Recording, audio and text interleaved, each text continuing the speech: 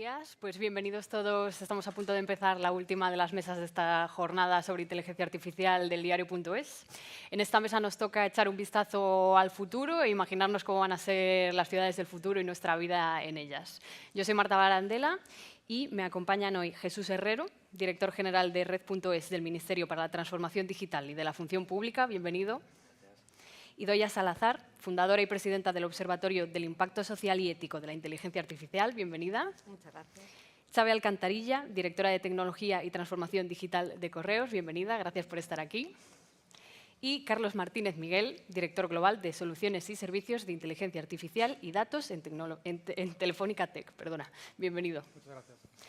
Bueno, pues en primer lugar, me gustaría que hablásemos de cómo va a cambiar la inteligencia artificial la manera en la que nos movemos en nuestro día a día en las ciudades, ¿no? Hemos sido muy conscientes de golpe el lunes de la importancia que tiene el tráfico y quizás sobre todo la no gestión del tráfico y la enorme dependencia que tenemos del transporte en nuestras vidas, en nuestro día a día. Entonces, así para empezar, me gustaría preguntaros qué transformaciones vamos a vivir en la ciudad, en nuestro día a día como peatones y en el transporte público, provocados por la inteligencia artificial. ¿Quién quiere abrir el turno? Si quieres. ¿Quieres me lanzo yo? Sí. Adelante. Exactamente, sí. Creo que estamos viviendo una auténtica revolución, ¿no? Con la inteligencia artificial en todos los sectores y la movilidad, sin duda, es uno de los más beneficiados. Todas las áreas gestoras de movilidad a nivel municipal, a nivel autonómico y a nivel estatal son intensivas en el uso de datos, también las empresas privadas que trabajan en el ámbito de la movilidad. Y lo que están haciendo es cada vez más integrar distintas fuentes de datos, fuentes tradicionales con las que ya contaban, pero sobre todo aprovechar la sensorización del mundo físico. Se comentaba antes en la mesa anterior la importancia del mundo físico. Lo estamos digitalizando con la sensorización, con Internet de las cosas, conectando todo tipo de dispositivos, desde los propios vehículos que están conectados hasta los dispositivos de gestión del tráfico, y utilizando otras fuentes de datos como los datos que proceden de telefonía móvil, y eso es algo que conocemos bien, obviamente, en Telefónica. Todos portamos encima un sensor, un teléfono, que nos traza nuestra movilidad, ¿no? Y nosotros utilizamos esos datos agregándolos, anonimizándolos, por supuesto, y garantizando la privacidad de los usuarios. Y es una fuente de datos real de cómo se mueve la población. Combinando todas esas fuentes de datos, los gestores de movilidad son capaces de hacer predicciones de cómo van a evolucionar los patrones de tráfico, cómo es el tráfico también en tiempo real y poder adaptar así toda la gestión de movilidad en una ciudad. Es una evolución que estamos viendo clarísima y, por ejemplo, hace unas semanas la empresa municipal de transportes de Madrid licitó una gran plataforma de datos para combinar todas estas fuentes. Es una licitación que está aún abierta en concurso, pero que muestra el camino, ¿no? Y el resto de administraciones lo están haciendo, con lo cual los ciudadanos van a recibir el beneficio de poder enfrentarse a una movilidad mucho más racional, una movilidad basada en datos, no basada en simplemente la intuición o en cómo gestionamos el tráfico, sino que va tomando además la dimensión real del tráfico en cada momento. Integrando también algo que tiene mucha presión en nuestras ciudades y que luego seguramente saldrá, que es también la masa de movilidad turística, ¿no? Que tiene un impacto sobre todo en la mayoría de nuestras ciudades, yo diría, porque prácticamente todas ellas son focos turísticos, y entender cómo es la movilidad del turista y darle soluciones también, integrando las nuevas formas de movilidad también, desde la micromovilidad, como Bicimad aquí en Madrid, por ejemplo, los servicios de bicicleta, los servicios de VTC, todos los servicios que se van incorporando, y conseguir dar la mejor respuesta a los ciudadanos de una forma basada en datos, ¿no? y con la inteligencia artificial como aliada en la toma de decisiones. Xabe, ¿coincides en lo que comentaba Carlos?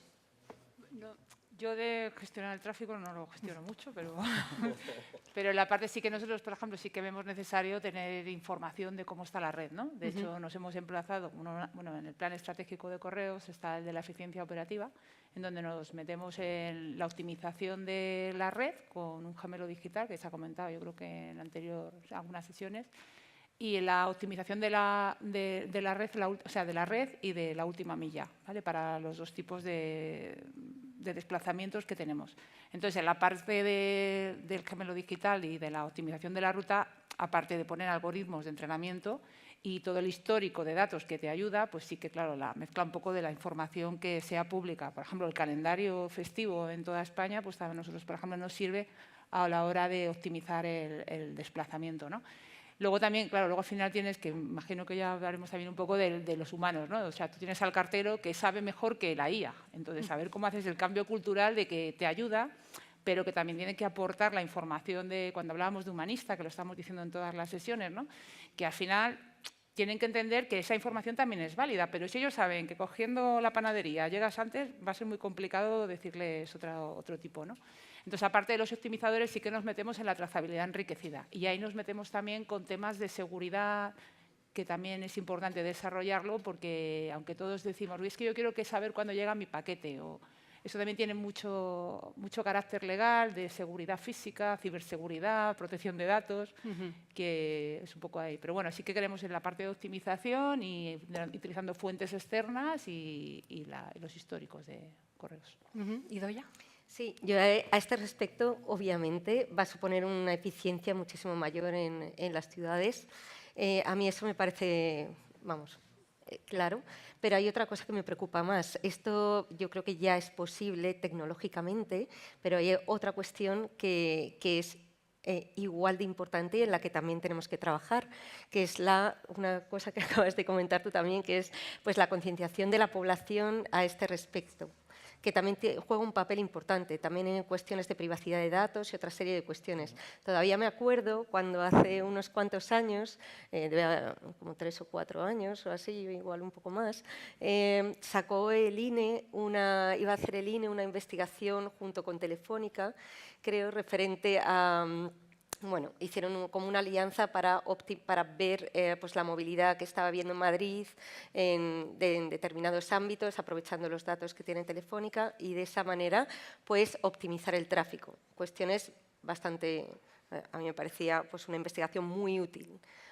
Pero esto de repente saltó a la opinión pública y empezó a publicarse en prensa de manera negativa, porque lo que se filtró y se publicó es que, pues ciertas entidades estaban usando los datos de todos nosotros para saber nuestra localización y de esta manera pues, se empezó a decir por redes sociales, ya sabemos todos pues, cómo son las redes sociales, se incendiaron las redes sociales, este tipo de cuestiones respecto al uso de los datos de cada una de las personas para una cosa que me parece que ya os digo que es súper, o sea que es normal que todos lo debemos hacer para optimizar el tráfico y más en determinados momentos, recogida de los niños de los colegios, lo que decíais, en determinadas festividades o momentos de turismo masivo en determinados lugares, etc.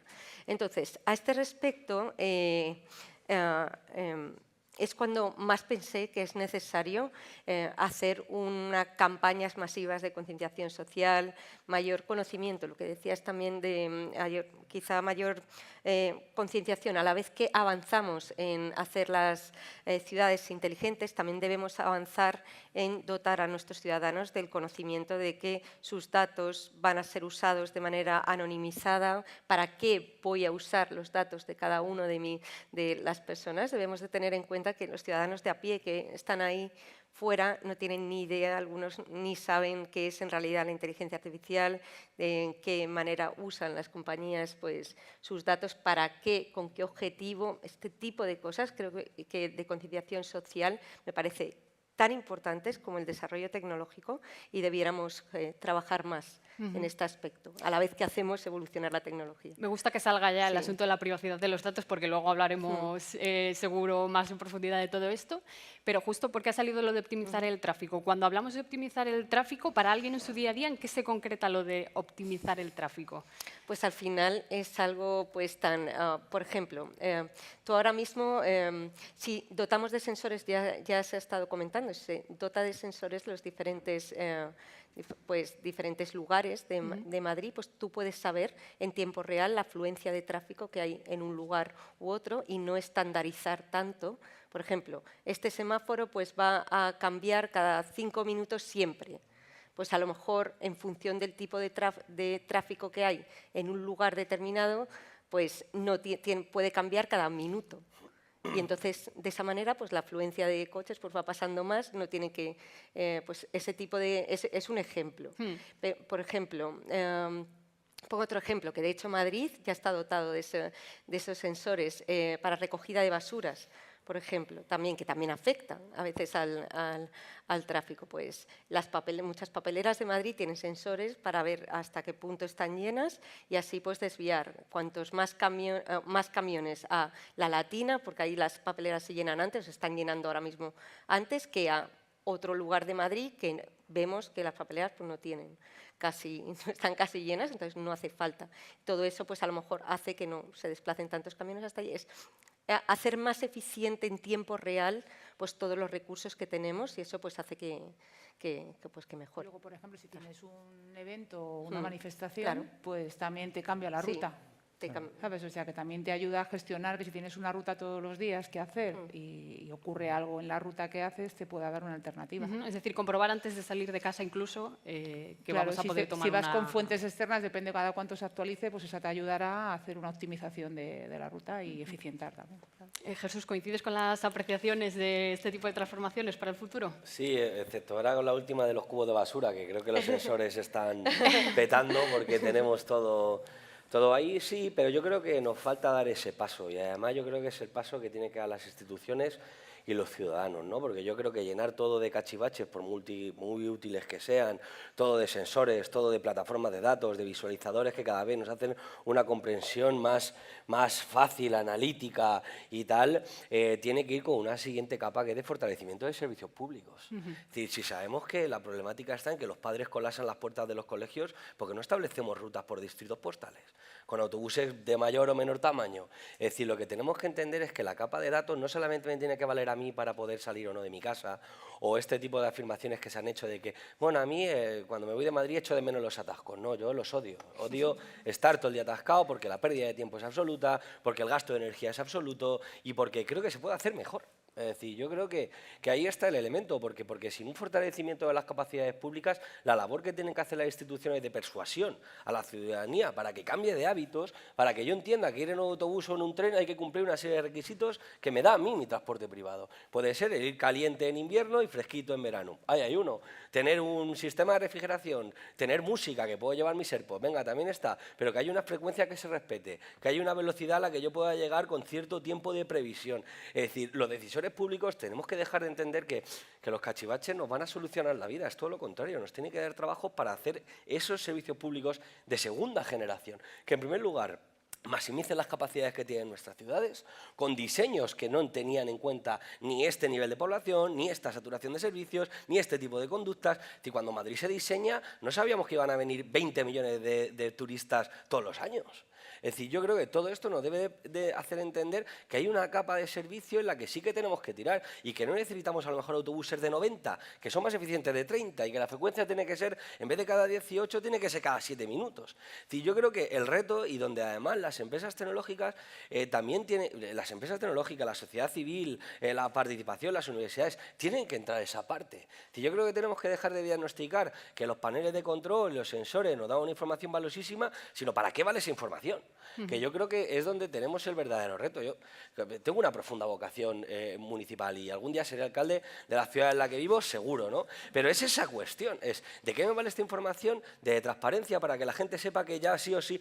A mí es que me pone de mala leche cuando me levanto a tomar el café y veo que a mi trabajo hay 1 hora y 1 minuto. Y que no tengo ninguna alternativa que la baje, o que pueda ser tan cómoda que me ayude a tomar otra decisión. Yo creo que la cuestión está así, porque hay otra cosa. La tecnología también falla. Yo el otro día me voy a Segovia, comida de cochinillo, familia, estamos todos tan a gusto. Mi novia vive en Asturias, tenía que llegar al autobús. Y pues como siempre con la familia te lías. Mi familia te despedidas largas, de estas de que te tiran más despidiéndote que comiendo, ¿no? Y llegas justo, y te fías de Google. ¿Cuál es la ruta que se viene mejor por Segovia? La que te dice Google. Pues la que se dice Google era más que evidente que una carrera comarcal de un carril se iba a saturar. Y yo, idiota, como tampoco conozco, porque antes pues te leías las carreteras o sabías más tal, pues tú te fías, cuando la otra alternativa era objetivamente mejor. Es decir, un domingo a las 4 de la tarde la gente baja de estar el fin de semana comiendo en la montaña, de hacer el paseíto no sé qué y comer también ellos con su familia. Y yo, de hecho, con mi pareja estaba, que perdió el autobús, evidentemente, porque tal. Y era, joder, tía, y no podemos denunciar a esta gente, es que era flagrante, que no era correcto. Es decir, que también cuando dejamos toda la tecnología se equivoca. Y la tecnología no nos da toda la información porque a lo mejor que no tenemos la capacidad de entenderla o porque simplemente falla por la propia programación que tiene. Pero yo creo que la cuestión está ahí, es decir, la capa tecnológica es genial, llenarlo todo de sensores, de captadores de información, de tal, está genial. Pero si no hay una siguiente capa de maximización de los recursos y los servicios públicos y de entender que tienen que ser dinámicos para adaptarse a los diferentes retos, pues podemos llenar todo de cámaras, sensores, mesas de barrer que parecen mesas de DJ, farolas que ya no aguantan más. Es decir, ya lo último que hace una farola es dar luz, es aguantar todas las infraestructuras que tienen. Pues yo creo que por más cachivache, hasta que no cambiemos ese elemento cultural del para qué queremos esto, en vez de que tenemos que seguir metiéndole caña y sensores y tal, pues vamos a seguir teniendo atascos y vamos a seguir enfadándonos desde que nos levantemos y desde que nos pongamos la radio, ¿no? Yo creo que es esa cuestión. Disculpad. Gracias, Jesús, pero yo creo que justo esa es la barrera actual, ¿no? La tecnología ya no es la barrera, es la adopción de esas nuevas prácticas, de esa forma de trabajar a partir de los datos y la inteligencia artificial en todos los niveles. Entonces, en la parte de movilidad en concreto, además de poder hacer cambios en tiempo real, como comentaban Idoia y Chave, hay mucha importancia en la planificación, o sea, el poder diseñar las ciudades, como decía Jesús, de un modo distinto. Los servicios, las empresas privadas de transporte ya lo están haciendo. Las empresas privadas que han entrado, por ejemplo, en el sector ferroviario, competir con Renfe, están utilizando datos intensivamente, inteligencia artificial, para fijar sus frecuencias, para fijar sus precios de forma dinámica para dar el mejor servicio. Y les está yendo bien, yo creo que todo el mundo es consciente. Hay que trabajar de esa forma también en el ámbito municipal y en el ámbito gubernamental. Yo creo, como os decía, el ejemplo de este pliego del Ayuntamiento de Madrid pues, va en esa dirección, ¿no? Y muchos ayuntamientos en España lo están haciendo. El Ayuntamiento de Santander fue uno de los pioneros en digitalizar toda la ciudad y utilizar esa información para tomar decisiones en el tráfico. Y otros de menor escala también. Por ejemplo, nosotros trabajamos con Sant Cugat del Vallès, por ejemplo, como un ayuntamiento mucho más pequeño, pero cerca de Barcelona y con grandes problemas de tráfico, con datos de movilidad. O sea, hay que trabajar en esa línea de cambio cultural, de adopción de la inteligencia artificial como un aliado para tomar mejores decisiones en la gestión de la movilidad. Yo creo que ese es el reto. Claro, Idoia. Sí, los dos habéis comentado algo muy importante, la cuestión de, pienso, respecto a lo que comentabas de ver a la inteligencia artificial o los datos como un aliado y no tener excesiva confianza en la tecnología. Eso también, y yo creo que todos aquí trabajamos a nivel tecnológico y yo creo que todos lo pensamos. Y es algo que se nos olvida, es como una adicción, como cualquier otro tipo de adicción.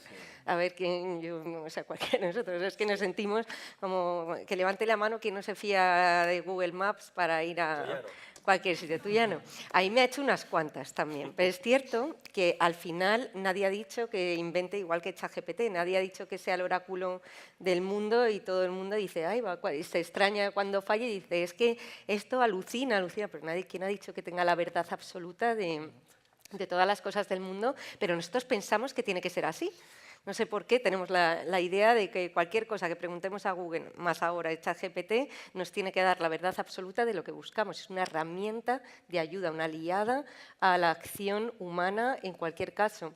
El GPS, una herramienta de ayuda a nuestra lógica humana. A mí me parece uno de los grandes riesgos que tenemos y coincido contigo en el tema de pues, sensorizamos demasiado, hacemos smart cities, confiamos demasiado en que mi frigorífico me diga a ver los huevos que me quedan, por ejemplo, o lo que no, y resulta que falla uno de los sensores, me quedo sin comer, sin huevos. Entonces, más que nada, eso, el humano puede fallar, yo en eso te digo, la máquina puede fallar, el humano puede fallar, la combinación de los dos y pensar que estos son herramientas de ayuda a nuestra lógica, a nuestro criterio, como personas es la clave y eso es difícil de mantener. ¿Por qué? Por esa adicción que nos provoca la tecnología, porque tendemos a tener una excesiva confianza en ella y me parece el mayor riesgo en lo que debemos de trabajar. Lo hemos visto ahora con el apagón y esto yo creo que es una lección, esto va a volver, yo lo llevo pensando desde hace mucho tiempo. Estamos a expensa de tormentas solares, de otro tipo de cuestiones climatológicas que nos pueden fundir todos los pues, instrumentos que tengamos, todos los servidores o todos nuestros satélites y nos volvemos a los transistores o más allá. Y esto es algo real. ¿Y qué es lo que tenemos que pensar? En la tecnología como ayuda en determinados momentos, pero es un error el pasar nuestra vida digital y quedarnos en lo digital. Y a los hechos me remito, o sea, es que no hace falta. Entonces, es importante ese raciocinio humano, el pensar en la IA y en los datos, como algo extra que nos ayuda y tener este backup físico y de razonamiento humano necesario para seguir. Jesús. Vale. Vamos a cerrar el bloque movilidad, que ha desatado muchísimo debate, y os quería preguntar también por otro aspecto muy importante de nuestras vidas, que en realidad ha salido también un poco en lo que estábamos hablando, porque era la personalización, es decir, la cantidad de aplicaciones y servicios que ahora mismo nos ofrecen sus productos de manera súper personalizada, porque tienen muchísimos datos sobre nuestro comportamiento, sobre lo que hacemos, y eso tienes como todo una cara positiva y una cara más negativa. Pero en primer lugar, por centrarnos primero en una de las partes, os quería preguntar, ¿qué tipo de aplicaciones o qué tipo de cuestiones acerca de la personalización vamos a ver diferentes ahora con la inteligencia artificial a como estábamos haciendo anteriormente? No sé si por este lado, ¿sí? Bueno, nosotros de cara a los ciudadanos y a los clientes y tal, sí que vamos a hacer un asistente conversacional, ¿no? Entonces, si en el asistente conversacional queremos aprovechar todas las bondades que se puede hacer. Para personalizar, al final, lo que creo que es importante ahí siempre es que te lo permita, ¿vale? O sea, yo creo que hay que pedir siempre el consentimiento expreso de la persona que se le puede, de alguna forma, ayudar en este tema, ¿no? Entonces, en el asistente conversacional queremos luego, una vez que hagamos un motor, nos gustaría al final entrenar con la ALIA, lo que estábamos hablando al principio, ¿no? Que al final yo creo que va a tener unos principios que deberíamos, ya solo entrenado en español nos va a entender mucho más que si utilizamos cualquier LLM americano, ¿no? Y luego ya pues toda la parte de accesibilidad. Yo creo que puede personalizarse más las necesidades y toda la diversidad que tiene el colectivo humano en general, ¿no? Entonces, muchos temas de discapacidad pues se podrían solucionar. Ese es el objetivo final que hay, ¿no? Pero sí que es lo que estamos trabajando, y luego pues personalizarlo en la web o personalizarlo incluso en el WhatsApp, que no sea solo tecnología antes, que era un algoritmo que era sí o no, sino que sea más tratable a la hora de conversar con él. Por ejemplo, sí que estamos también a la hora de personalizar, también vamos a meter la predicción de la demanda y de la entrega. Entonces, en la predicción de la entrega, para saber cuándo te va a llegar un paquete o una carta o lo que estés esperando, ¿no? Pues era lo que comentaba antes, ¿no? Que al final tienes que ver hacer las medidas suficientes para la protección del distribuidor que va a distribuirlo, el cartero o lo que sea, y por otro lado también si tu destino también va a ser más visible, entonces hacia dónde tiene que ir. Entonces estamos también con temas de anonimización. O sea, es que al final tienes que jugar con muchos temas de sensibilidad de tus datos personales, dar al final lo que te están pidiendo sin vulnerarlos. O sea, es que al final es una historia un poco compleja la de... Todo el mundo quiere que se le personalicen las cosas, pero no quieres dar tus datos personales porque al final yo creo que hay mucho miedo en la calle, ¿no? De que al final tus datos parece que los tiene todo el mundo, ¿no? Entonces, pero sí que queremos todas las comunidades. Entonces, bueno, es un poco ahí. Hasta que tienes que hacerte una foto y de qué grupo de Harry Potter eres. Y ahora con el cómic, y ahora con la imagen de la acuarela, y ahora con cómo será dentro de 80 años. Y ahora como todas las tonterías estas en las que vulneramos datos privados, vemos esas olas. Vamos, no sé si os pasó hace unas semanas que las imágenes estas hechas por IA, estaba harto, digo, voy a cerrar Instagram, me lo voy a colapsar, me voy de aquí. Porque todo el mundo se suma a eso cuando es una vulnerabilidad también de tus datos personales, pero luego cuando es una administración que necesita tus datos del padrón para no sé qué, para hacer tu mejor servicio, no, porque no quiero que me controlen. Es como, nos hemos vuelto locos. Yo creo que nos hemos vuelto locos y además por una dinámica que el propio mundo virtual o el mundo digital nos está trastocando en esa parte. ¿En qué momento yo eso nos pasa también con los profesores? No, fuera de las pantallas de los colegios, ¿prefieres que el presidente de YouTube enseñe a tu hijo a usar la herramienta? Es decir, yo no. Yo prefiero que el profesor, que le enseñe lengua, le enseñe que con esto hay que tener cuidado, que hay que ser moderado. Es decir, yo creo que nos estamos yendo un poco de ahí, porque lo que llamamos personalización, yo vuelvo con esta mía, que oye, es que estoy enfadado, es que lo del atajo es terrible, ¿no? Es decir, lo que llamamos personalización, si pasase en el mundo real, lo denominaríamos acoso. Es decir, esto de que te llamen todo el rato, de guay, que me llamó una señora con el apagón, que yo no tengo con el apagón, le digo, señora, pero ¿cómo está usted llamando? Para venderme no sé qué, que se ha ido la luz en toda España, ¿sabes? Y es que es una cuestión, es decir, eso, pero que cada 2 por 3 un pop-up, que si el no sé qué, que si el actual, que si en Uber se te van a caducar los 20% que tienes de descuento, que además viene cuando menos lo necesitas. Que si Uber Eats, oye, ¿qué pasa? Lleva mucho sin pedir. Con esto te hubieses ahorrado 2,50 en los pedidos de este mes. Que si Instagram, que alguien te ha dicho algo, y si no te dice algo, alguien que puede ser que te interese, que te diga algo, está. Los Facebook, los WhatsApp sin duda de dudas, y las redes de teléfono tal. Es decir, esto si pasase en la vida real, denunciaríamos a gente, la denunciaríamos. Es decir, yo creo que, y además con una dinámica que es la perversa, que es una dinámica de consumo, es decir, todo vale, perturbar tu tranquilidad. Lo bueno es que encima te dicen, no, pero es lo que a ti te interesa. Faltaría que me acoses para algo que no me interese, ¿no? Con todos los datos que tienen míos. Yo creo que también, es decir, la personalización tenemos que... A todo esto hay que ponerle el sentido común, es decir, esto de que todas las notificaciones, que es que se te gasta la batería del móvil. Hay veces que no has tocado el móvil en todo el día y se te ha gastado por todo lo que te ha llegado. Es decir, yo creo que esa parte de la personalización hay que bajar un poco, sobre todo porque no hay que confundir personalización con estandarización. Lo que hace es decirte meterte en la caja en la que hay otras 100.000, otros 2 millones, otros 20 millones. Es decir, eso no es personalizar, eso es organizarme a tu interés, que no es personalizarme. ¿Sabes? Y yo creo que esa es la cuestión que tenemos que cambiar, que la personalización, pues a mí, ¿sabes qué no es más personal? Que a mí me encanta cuando los paquetes de correos, y aquí voy a decir, yo veo cuando están, y veo cuando van a llegar, veo cuando tal, pero cuando me llama el tío y me dice, oye, que estoy a punto de llegar a tu casa, y que está ahí es cuando me fío. Y esa es la personalización que yo quiero. Si yo no quiero hablar con otra cosa que sean ese señor, que si le ha pillado un atasco me avise de, oye tío, que está hoy en las carreteras con la Sasca y los accidentes, que voy a llegar 15 minutos más tarde. Esa es la personalización que yo quiero, porque es un servicio público que se está preocupando de cómo yo estoy y de cómo su retraso, su interacción con mi vida me afecta. No para venderme los descuentos, ni para colocarme la historia, ni para venderme el Uber cuando no necesito el Uber. Y perdonadme, digo, estoy mirando, ya he dicho Google, he dicho Uber. Vale, no estoy tocando patrocinadores, perdonadme. Pero que la cuestión es esa, ¿no? Es decir, yo creo que la última milla de la personalización tiene que hacerlo una persona. Porque yo creo que ahí es donde de verdad vamos a tener un valor diferencial, porque es la cuestión que de verdad no va a hacer personal, sino, pues al final lo que va a hacer la máquina convertirnos en máquina, ¿no? Y perdonad. Vale, Idoia, que estaba primero y luego Carlos. Bueno, yo quería... ¿Visto? Adelante. Iba a comentar una cosa, pero ahora me han entrado otras dos. A ver, yo por comentar, por animar un poco la historia también. Sí, es verdad que hacía falta. Al respecto de una de las cosas que has dicho, no estoy de acuerdo. Entonces, por ejemplo, lo que decías respecto a la... pues que por una parte es cierto que la gente se altera mucho, que da más, no le importa, por ejemplo, ceder sus datos personales a cualquiera de las aplicaciones que comentaba Jesús, pero son aplicaciones de ocio, ¿vale? Que a ellos no le dan importancia, aunque luego esos datos se puedan usar para otro tipo de cuestiones, que en la Unión Europea no está permitido, pero bueno.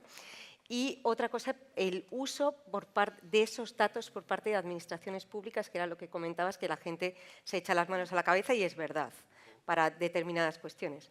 Pero a ese respecto quería comentar que quizá sea problema de las administraciones públicas, que no se hace las suficientes, lo que he comentado antes, suficientes campañas de concienciación anteriormente a hacer ese tipo de acciones para explicar con un lenguaje divulgativo a la opinión pública para qué se van a ser usados ese tipo de datos, lo cual considero bastante importante.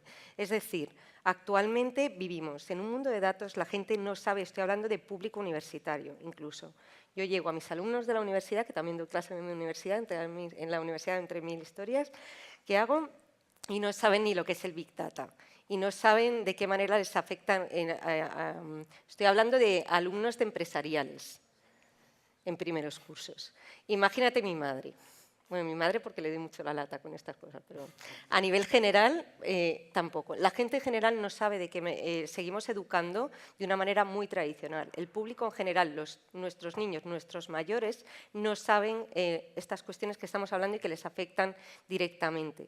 La administración pública hace uso de esos datos de una manera anonimizada, no hay ningún problema, objetivo optimizar diferentes procesos de manera que nos ayude a todos, pero ese mensaje que nosotros a nivel profesional tenemos tan claro, los ciudadanos no lo tienen claro, no lo saben. Y es necesario hacer campañas previas de concienciación pública y no un webinar ni salir por la tele un día, sino directamente desde el Ministerio de Educación, desde las diferentes entidades, también con ayuda público-privada, trabajar en ese aspecto a nivel general. Y eso, de esa manera, vas a conseguir que cuando se hace algún tipo de acción por parte de o al menos, no sé si conseguir, pero al menos ayudar en ese aspecto, que no nos echemos tanto las manos en la cabeza, sino que trabajemos. Y ya, sí, Creo que vale. es indudable, Sí. pero creo que todos con personalización os habéis ido al marketing, quizás por el bombardeo al que estamos sometidos, ¿no? y debe ser una personalización deseada, como decíais, pero la personalización que habilita la inteligencia artificial va a otros campos muchos más beneficiosos para los ciudadanos, para los individuos. Por ejemplo, en la sanidad estamos trabajando en proyectos reales de medicina personalizada de precisión, donde se están utilizando datos del perfil genómico combinados con datos del historial clínico de un paciente y con los datos de sus pruebas diagnósticas para proponer una terapia o un tratamiento personalizado y con la intervención de un profesional, como decías, con una persona en esa última milla que decía Jesús. O sea, que no nos quedemos solo con el marketing o en la educación, el poder recomendar itinerarios personalizados a los alumnos y no tener la misma formación en un aula para los 30 o 40 o 20 alumnos que sigan los mismos temarios al mismo ritmo, sino que en función de sus capacidades, de sus intereses, se puede ir recomendando cuál es el siguiente curso o la siguiente acción formativa que pueden hacer, que es otro ejemplo de personalización maravilloso de la inteligencia artificial. Entonces creo que es una tecnología que nos abre muchas puertas, que requiere controles, requiere concienciación, requiere formación, por supuesto. Debería ser obligatoria, una asignatura obligatoria, en mi opinión, desde la educación primaria en los colegios y siguiendo en las universidades, como decía Idoia, pero hay unos ejemplos de personalización tan ricos y donde está invirtiendo el gobierno estatal, las comunidades autónomas con sus consejerías en proyectos muy interesantes y también los centros médicos privados o las grandes empresas privadas de la medicina y de la educación también, que son, creo que el reflejo de lo que esta tecnología puede dar al ser humano cuando se utiliza adecuadamente. Sí, y a este respecto, es que me faltaba la segunda parte, justo iba a comentar lo que tú decías. A mí me parece increíblemente útil, cada persona somos diferentes. Cada uno tenemos necesidades diferentes y esa posibilidad es la IA y hay otra cosa importante. Desafortunadamente, los profesionales médicos o cualquier otro tipo de profesional en algunos sectores más que otros, no somos suficientes personas para atender la gran demanda que se nos produce en algunos sectores. Por ejemplo, en el sector de la medicina, otro tipo de sectores. Entonces, la IA actualmente hay cada vez más ejemplos de que está cubriendo huecos, no desplazando profesionales, sino cubriendo huecos. Por ejemplo, hacer en el periodismo, para cubrir noticias de tercera división de fútbol femenino, porque un gran medio de comunicación no va a aportar un periodista, no va a mandar un periodista a hacer este tipo de cobertura. U otro tipo de... otro tipo de, por ejemplo, enfermedades raras que actualmente no se destina suficiente dinero porque son muy poquita gente la que los sufre. Gracias a modelos de inteligencia artificial personalizados a este tipo de enfermedades pueden ayudar muchísimo para conseguir cura o tratamiento para este tipo de enfermedades. Es decir, actualmente pues, esa personalización que permite la IA también está ayudando a la humanidad muchísimo, cubriendo muchos huecos que actualmente pues, las personas pues, no llegamos a cubrir la demanda. Sí, totalmente de acuerdo. Yo creo que, por ejemplo, ¿sabéis cuántos algoritmos están operando en nuestro Sistema Nacional de Salud? Más de 1000. Es decir, 1000 que ayudan a detectar precozmente un cáncer de mama, 1000 para hacer un buen tratamiento de tu problemática cardiovascular, bien para hacer la simulación de cientos de tratamientos que podrían irte bien y adaptar el específico al tuyo, mezclas de medicamentos. Esa es la parte que estoy absolutamente clara, pero por eso yo creo que tenemos que quitar la espuma de la verdad, ¿no? Antes era verdad bastante más histriónico, ¿no? Porque lo que no podemos permitir es que el avance de la tecnología haya sido adaptado al dinamismo de la conducta de consumo y no para toda esta parte. Es decir, también todos tenemos que entender, y tú también lo decías, Idoia, que la relación con la tecnología tiene que ser franca. Yo creo que tenemos que hablar de qué datos se utiliza, hablar de cómo los estamos utilizando, hablar de cómo se está educando, sobre todo porque creo que toda esa parte de educación vamos a acabar generando una dinámica en la que visiones que tienen otros pueden complementar a las que tú tienes inicialmente. Es decir, tú hablabas del sistema, pero entendamos que la fortaleza de nuestro sistema viene no solamente por la tecnología, porque estamos viendo como la tecnología en sitios en los que el sistema sanitario está concentrado en aseguradoras privadas, la tecnología va a minimizar el ticket de gasto. En cambio, en España, por la fortaleza de nuestro sistema público y porque nosotros no tenemos que ahorrar aquí, sino que mejorar el tratamiento, el desarrollo tecnológico está enfocado a mejorar la experiencia del usuario, a fortalecer las capacidades de diagnóstico y a iniciar tratamiento de forma inmediata. Yo creo que esa es la cuestión y vuelvo a la parte inicial. Es decir, la parte de la tecnología está desplegada. De hecho, creo que tenemos que tranquilizarnos porque es que hemos pasado de la imprenta a la impresora en minutos y hay que dejar de seguir explorando más capacidades de tecnología para poder enfocarnos en capacidades que tiene la tecnología. Porque muchas veces estamos dejando de lado este tipo de cuestiones que nos están ayudando a pues, mejorar, a prever, a itinerario de aprendizaje personalizado, a también ayudar a padres cómo pueden completar tareas que son burocráticas o docentes, o a rellenar papeles o a generar una interacción muchísimo más fácil. Por eso, esa es la cuestión, es decir, tenemos que no sé si arrebatar el liderazgo corporativo del desarrollo de tecnología para asociarla a una visión de valor público, que yo creo que también puede ser compartida por administraciones y empresas, pero donde de verdad la tecnología va a ser auténticamente disruptiva. Yo creo que hablamos mucho de la concienciación de los ciudadanos y me parece correcto, pero también hay que diferenciar empresas que han nacido digitales de empresas que no. Amén. O sea, luego también tenemos ahí otra historia. Correos que somos 45.000 personas, o sea, no tienen, o sea, es el grado de madurez de todos, desde un colectivo a otro colectivo, es bastante variado, ¿no? Entonces, en el tema de concienciación, porque al final son los mayores mesías, si alguien dentro de la compañía cree o no cree, al final se transmite y transmite y transmite, ¿no? Esto se va transmitiendo, ¿no? Entonces, yo creo que o sea, es por dejar algunas pinceladas, no tengo la solución, o sea, si fuera así de fácil no sería, ¿no? Pero también, por ejemplo, lo de la diferencia de conocimiento dentro y también la ignorancia o el miedo, ¿no? Porque yo creo que también hay mucho miedo con el tema de la inteligencia artificial, ¿no? Por ejemplo, en los algoritmos, la gente, no sé si os pasa, pero la gente pide, yo quiero con inteligencia artificial, que ahora sí, hay algo que no tiene inteligencia artificial, parece que es antiguo. O sea, estamos teniéndolo como un fin en vez de como un medio. Os lo he comentado alguna vez, que es un problema también de la inteligencia artificial, ¿no? Pero que cuando tú haces un algoritmo, desarrollas algo con inteligencia artificial, es muy importante que alguien humano lo valide o contrarrestes o te equivoques. O sea, la gente piensa que tecnología le mandas a hacer algo y eso ya es el fin del proyecto y es cuando empieza. Cuando tú tienes algo de inteligencia artificial con entrenamiento e intentas y lo creas con datos o bien anonimizados, algún tipo otro de datos, tiene que la gente validarlo y verificarlo y poner equivocación y que se realimente, ¿no? Que al final es la potencia de la inteligencia artificial, ¿no? Entonces, aparte también hay que concienciar a la gente de que está cambiando la forma de dar productos o soluciones tecnológicas a las necesidades de negocio, ¿no? Un poco esas dos partes, ¿no?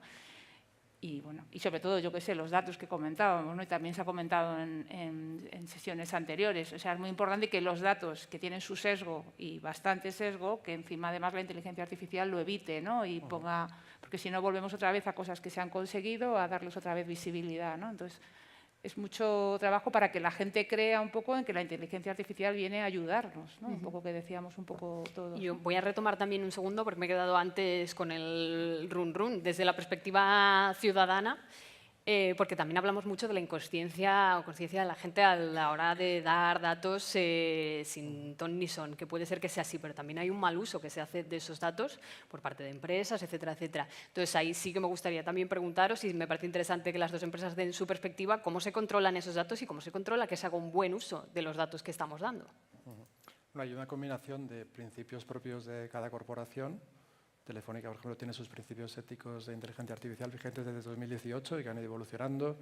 Vimos también a Dalí desde la defensa de la privacidad desde antes de la explosión del Big Data.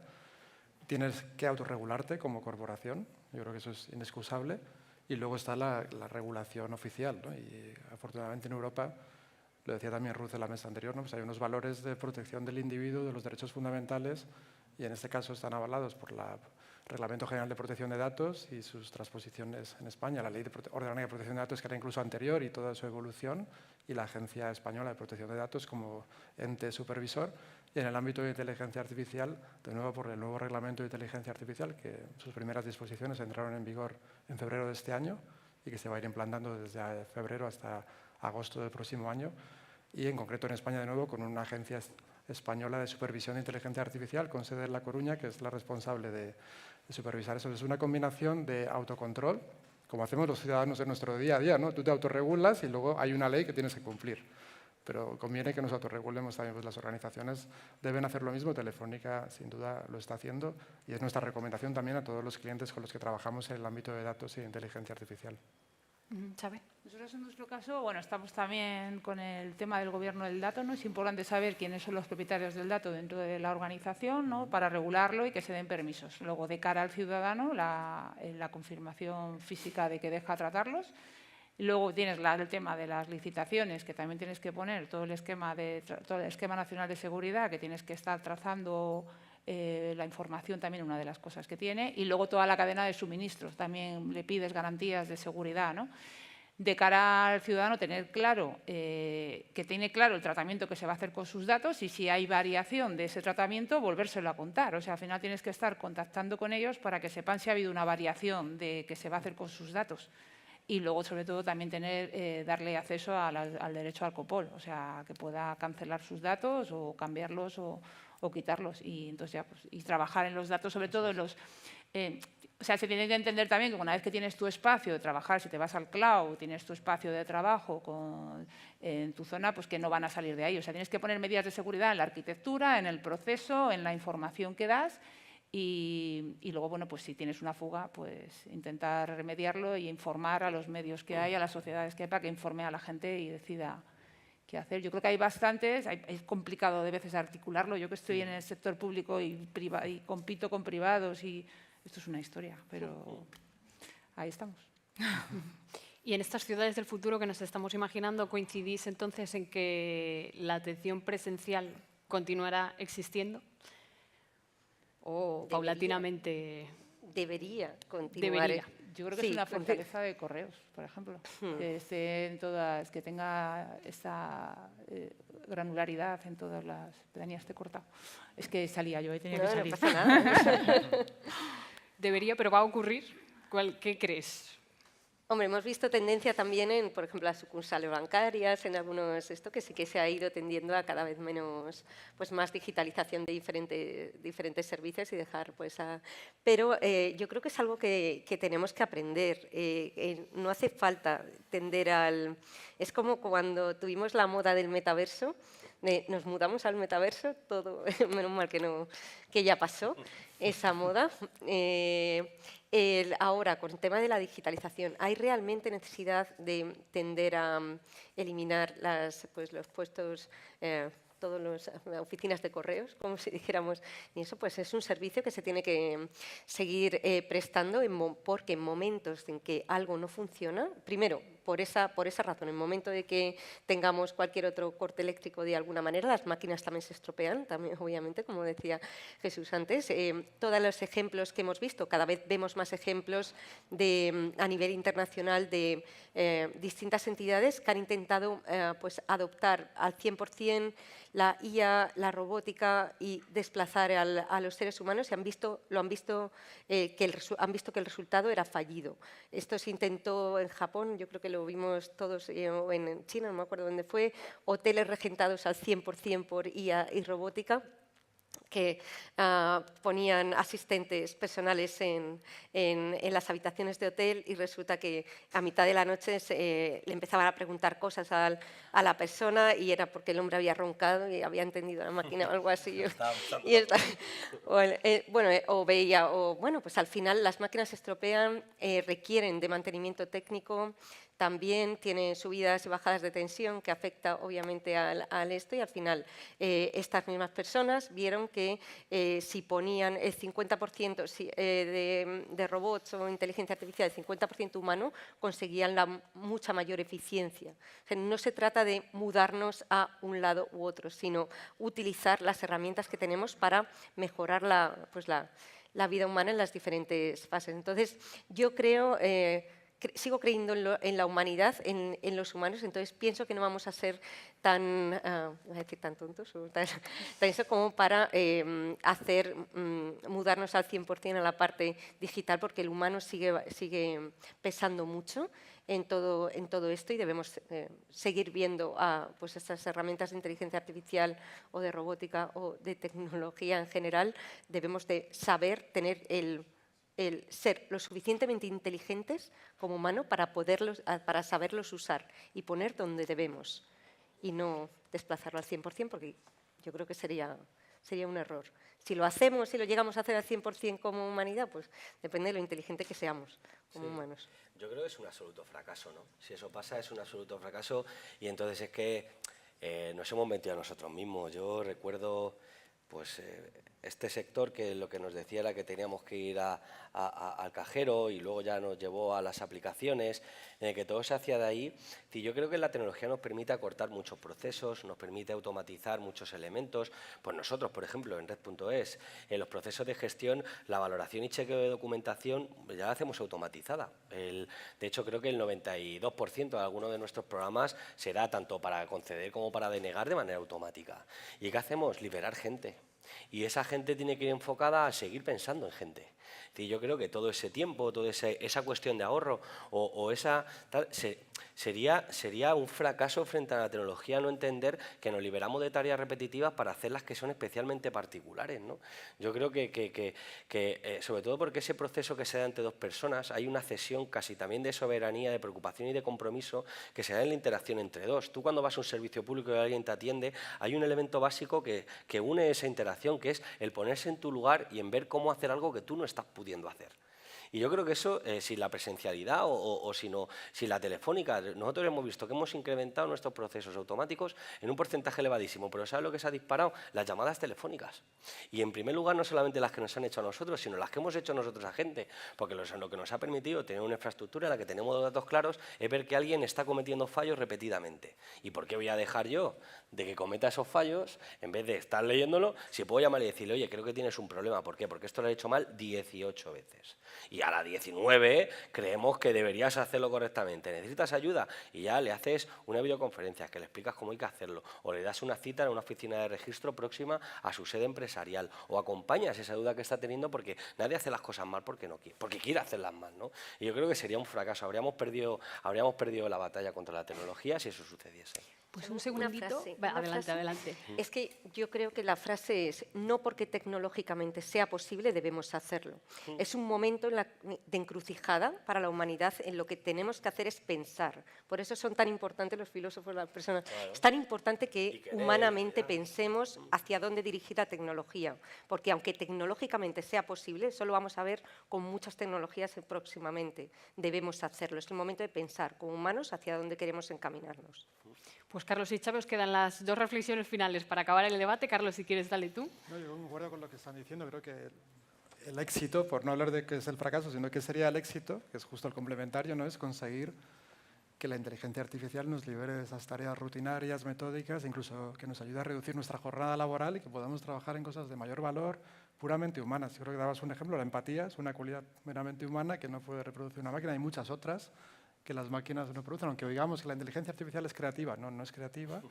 La creatividad es algo también típicamente humano, la sensibilidad, la capacidad de relacionarnos, y eso es lo que la inteligencia artificial tiene que propiciar, que consigamos mayor igualdad, además, mejor distribución de la riqueza y conseguir una mejor distribución del tiempo, igual que otras revoluciones previas se hicieron, ¿no? Y nos permitieron ir abandonando el trabajo físico, sustituyendo por máquinas, herramientas. Pues ahora tenemos máquinas inteligentes que pueden hacer tareas rutinarias o metódicas mucho mejor que nosotros, y ahí es donde deben centrarse, ¿no?